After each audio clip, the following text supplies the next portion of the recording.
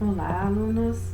Então, vamos à nossa segunda aula, aula de nutrição e dietética. Então, nessa segunda aula, a gente vai estar abordando o assunto, então, da base da nutrição em relação aos macro e aos micronutrientes. Então, é uma aula muito importante, esse conhecimento em relação aos macro e micronutrientes, para vocês estarem conseguindo entender, né, a alimentação como um todo, quando a gente for entrar lá na parte dos distúrbios, né, das patologias aí, relacionadas com a alimentação, dos cuidados de enfermagem, lá nas dietas hospitalares também, entendeu? O porquê de cada restrição de alimento para cada tipo de patologia, correto?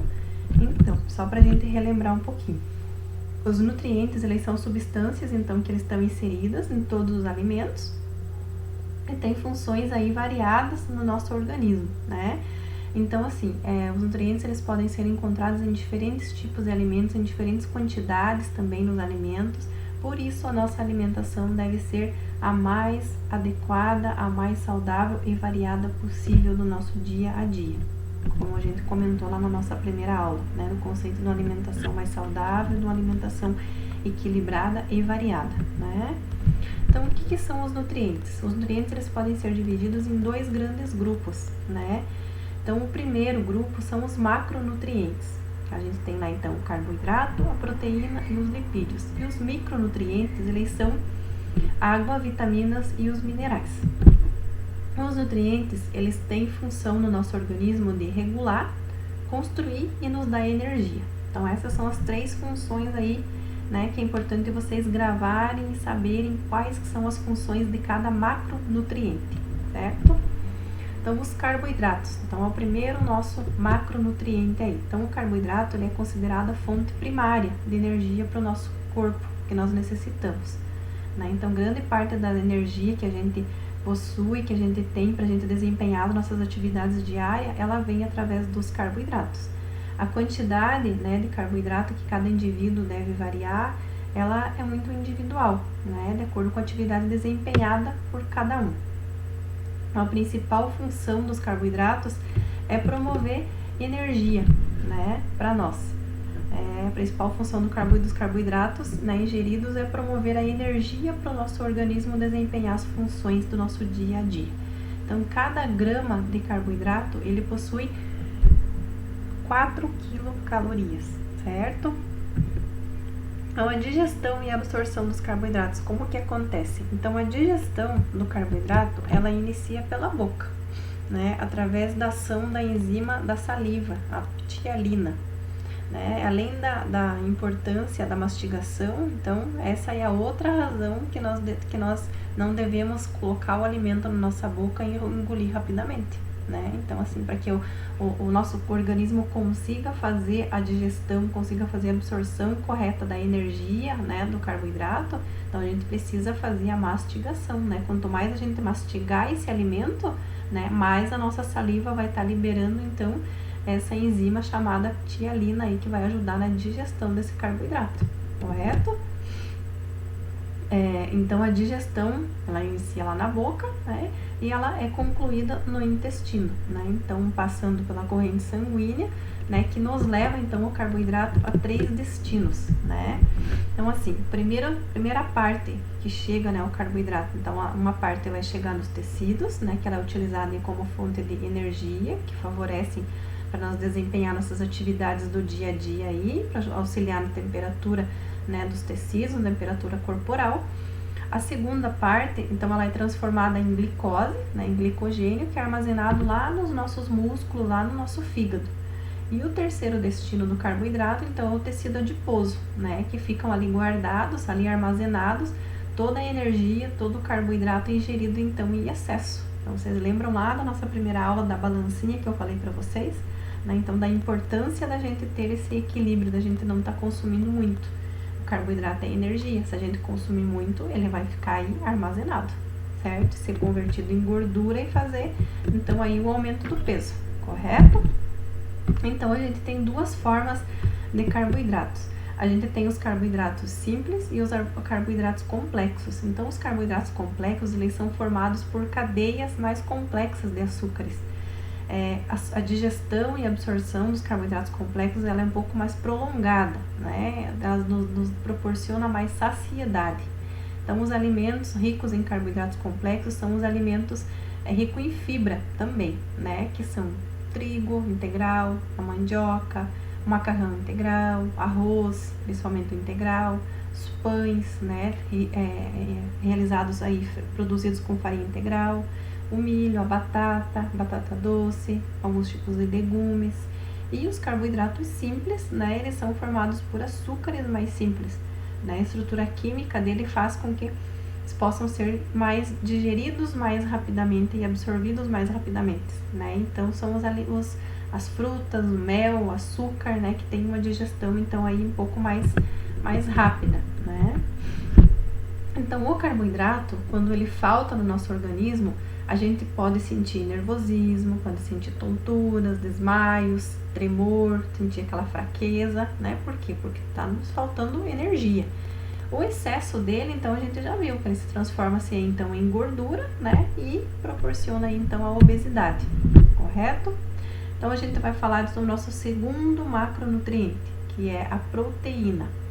Então, a proteína, ele é um macronutriente chamado de construtor, né? A função principal, então, da proteína é a de favorecer o crescimento, a manutenção, reparação dos nossos tecidos, dos nossos órgãos, formar enzimas, hormônios, né? E atua também como um anticorpo para proteger nós contra infecções.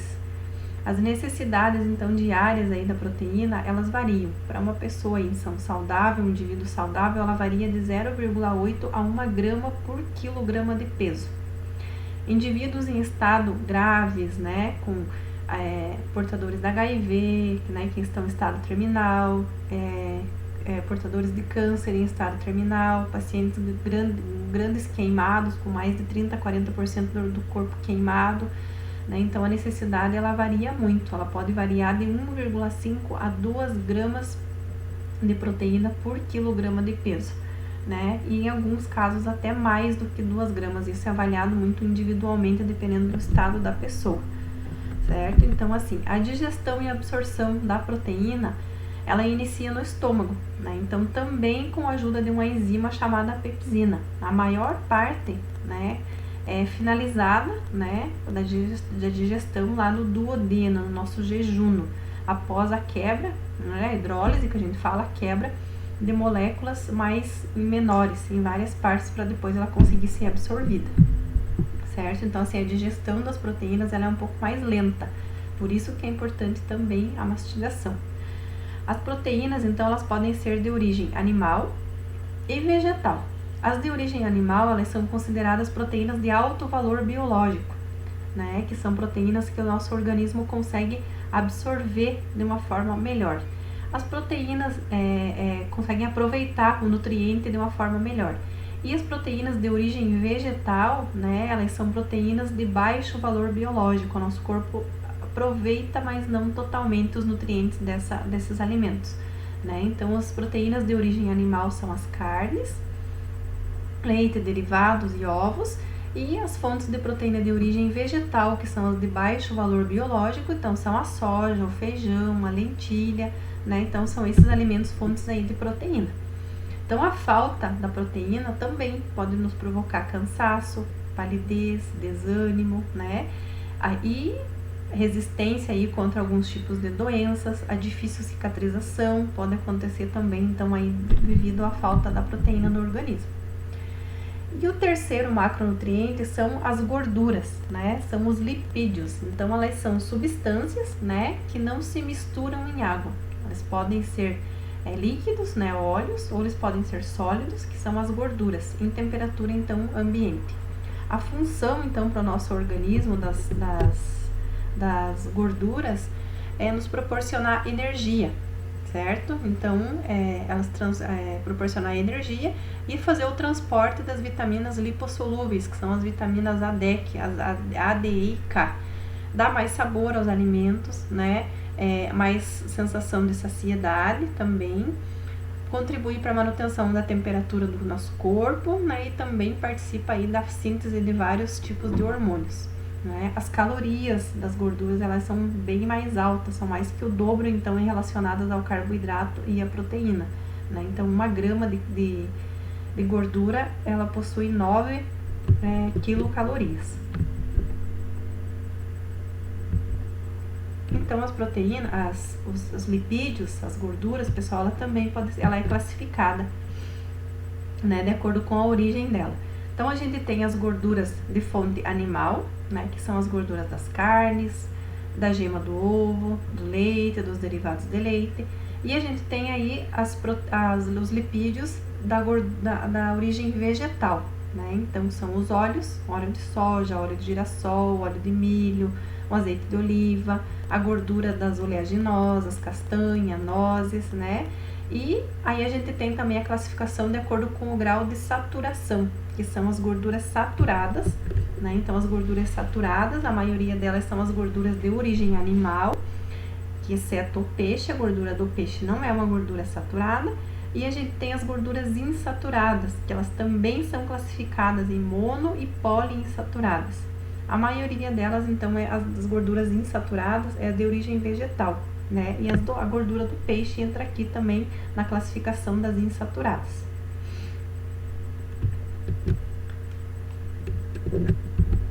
E a digestão e absorção, então, dos lipídios. Tem início, então, lá no nosso intestino, né? E quando chegam, então, lá no duodeno, elas ficam expostas aí à ação de 2 substâncias, né? A bile, né? Que vai permitir, vai preparar esse ambiente para a digestão aí do lipídio junto com o nosso suco pancreático, né? E o suco entérico lá do nosso intestino delgado, lá no duodeno, e vão promover, então, a digestão. Então, vocês viram como a digestão aí dos lipídios, ela envolve mais coisas junto, né? Envolve a bile, envolve o suco pancreático e o suco entérico do nosso intestino também. Então, os lipídios, eles são absorvidos no jejum, né? E são transportados aí, ligados, então, à proteína, tá? Então, uma parte, né, dos lipídios, ela é utilizada na produção de energia e a outra parte, ela é captada pelo nosso fígado, né? E é depositada aí em forma de gordura corporal, certo? Então, vocês percebem como a gente deve ter o equilíbrio, então, na ingestão da gordura, que também ela acaba se acumulando no nosso organismo, né? Então, as fontes aí dos nossos lipídios. Então, as fontes de gorduras trans. Então, são alimentos, as gorduras trans, alimentos industrializados, né? Então, a gordura trans é um tipo de gordura que o nosso organismo, ele tem mais dificuldade de ser ingerida, certo? Ser digerida, desculpa. É o tipo de gordura que o nosso organismo dificilmente consegue absorver, que ela normalmente fica acumulada, então, no nosso tecido adiposo, certo? O nosso organismo não consegue aproveitar muito esse tipo de gordura. Então, por isso, o cuidado, né, da quantidade dos alimentos industrializados aí que a gente faz uso no dia a dia. Porque hoje, a grande maioria dos alimentos industrializados, elas possuem esse tipo de gordura, a gordura trans, né? Porque é uma gordura que é muito utilizada aí pela indústria com fins de maior validade, né? De maior conservação desses alimentos. É aquele tipo de gordura que deixa aquele alimento mais crocante, aquele alimento por mais tempo. Então, ali um exemplo, né, bem prático em relação à gordura trans. É vocês pegarem um pacote de bolacha, um biscoito recheado, por exemplo, né, esses biscoitos normais que vocês compram nesses pacotinhos. Vocês olharem a validade desse produto, né? Então, assim, é uma validade de mais de 1 ano, né? Então, que tipo de gordura que é colocada aí? É uma gordura trans nesses alimentos, para que eles tenham essa validade por esse tempo e esse alimento fique crocante, né? Sem ele ficar mole. Uma bolacha caseira, se você deixa 1 semana, ela já fica amolecida, né? Ela já vai ficando amolecida, já vai ficando com gosto de velho, né? E esses alimentos industrializados, eles não ficam assim, por causa da gordura trans. A gordura saturada. Então, é a gordura das carnes, né? Todas as carnes de origem animal, né? Carne bovina, carne suína, né? Carne de frango, então ela tem aí a gordura saturada. A banha, né? A banha suína, enfim. E as gorduras monoinsaturadas, então, tem um azeite de oliva, canola, um abacate, um amendoim, né? São as oleaginosas.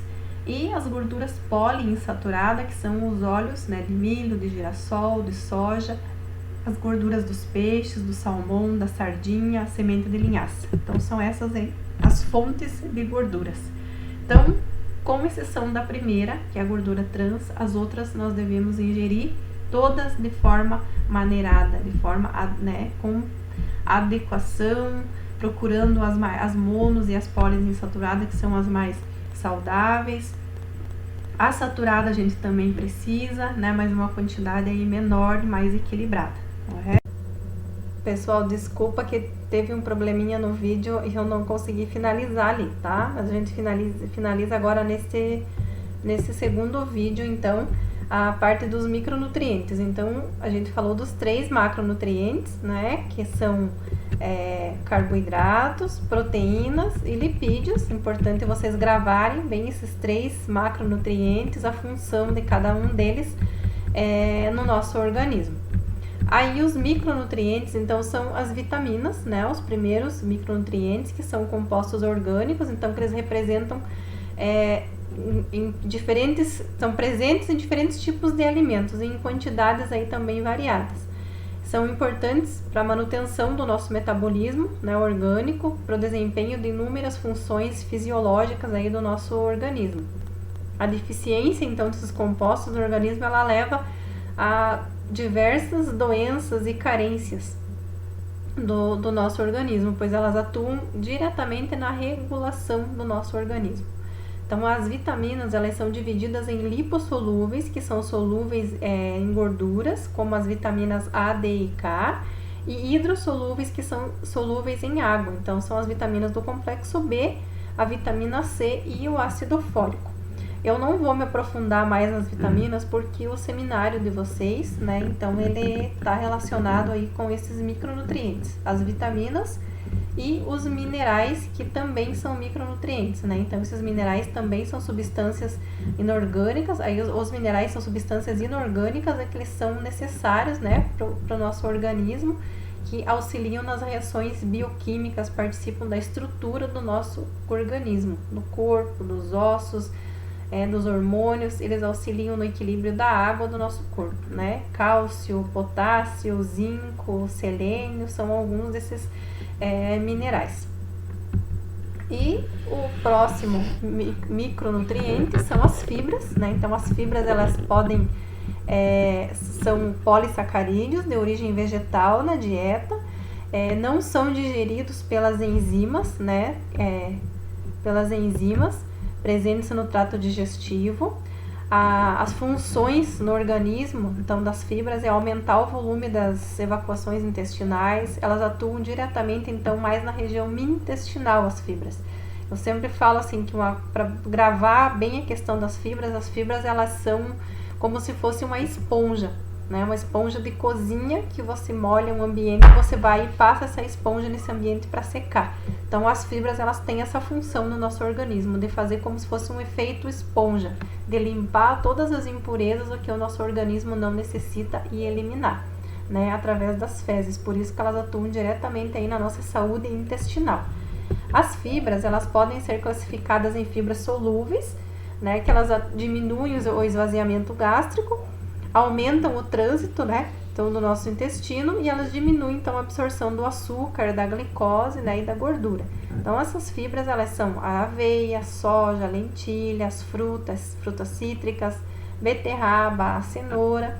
E aí a gente tem as fibras insolúveis, né, que elas não se dissolvem em água. Essas aumentam o bolo fecal, aceleram mais o nosso trânsito intestinal, né, junto com a absorção de água. Melhoram aí a questão do intestino preso, da constipação intestinal, né? São os grãos integrais, feijões, as verduras folhosas, abóbora, né? Então, assim, as fibras, tanto a solúvel, principalmente a insolúvel, elas necessitam de água para elas terem, assim, uma boa efetividade na nossa saúde intestinal. Não resolve a gente consumir as fibras e a gente não tá fazendo uma boa ingestão hídrica junto, né, que elas não vão ter esse efeito esponja, como eu falei para vocês, e atuar na nossa saúde intestinal. Então, por isso que é essencial a água estar presente, né? Então, assim, a água ela serve para inúmeras reações químicas do nosso organismo, né? Elas atuam diretamente na nossa digestão, na absorção de nutrientes, elas são importantíssimas para a nossa circulação, para a nossa excreção, né? Elas fazem o transporte de todos os nossos nutrientes no nosso organismo. Então, a água ela é essencial para a nossa saúde, né? O consumo de água. Existe um cálculo que a gente faz, né, para a gente saber a quantidade mínima de água que a gente ingere de acordo com a nosso peso corpóreo, né, que é de 0,35 vezes o nosso peso corpóreo, você terá o resultado de quantos litros de água você deve consumir. Lembrando que 1,5 litro é o mínimo de água que o indivíduo deve estar consumindo no dia a dia. Então, a água, ela tem uma eliminação normal no nosso organismo, né? Através dos rins, principalmente, através da urina, né? Que ela faz o processo de filtrar todas as nossas impurezas. O intestino, né? Que também elimina a água. Os pulmões, né? Através da nossa respiração e através da nossa transpiração aí do suor. As perdas anormais de água, ela ocorre através das diarreias, dos vômitos, hemorragias, né? Uso de diuréticos aí, né, em grande escala. Então, são as formas aí de a gente as formas anormais de eliminação de água do organismo, né? Então, assim, quando essas perdas de água anormais acontecem, elas devem ser tratadas para que a gente não entre aí num estado, então, de desidratação, né? Fazer uma reposição hídrica o mais rápido possível aí da água, já que essa água é tão importante para o nosso organismo e representa 70% do nosso peso corpóreo. Pessoal, então essa nossa segunda aula era isso, tá? Eu dividi bastante os assuntos para que não tenha confusão, né? Para que vocês consigam assimilar bem, então, assim, a importância de cada ciclo, de cada parte aí da nutrição, né? A gente iniciou a primeira aula lá com a parte da introdução, né? Mais um conhecimento em relação à alimentação saudável. E essa segunda parte, então, a gente já entrou assim mais na questão dos macro e micronutrientes, como é importante, né, para vocês entenderem. E na nossa próxima aula a gente vai estar abordando a questão da nutrição nos ciclos de vida, né, nos diferentes ciclos de vida, e abordar o assunto de avaliação antropométrica. Então, né, já abordei esses macro e micronutrientes nessa segunda aula já, porque eles são importantes para vocês entenderem a nutrição daqui para frente, né? Então, seria isso. A gente troca mais ideias lá, interagindo então lá no grupo. Obrigada, pessoal.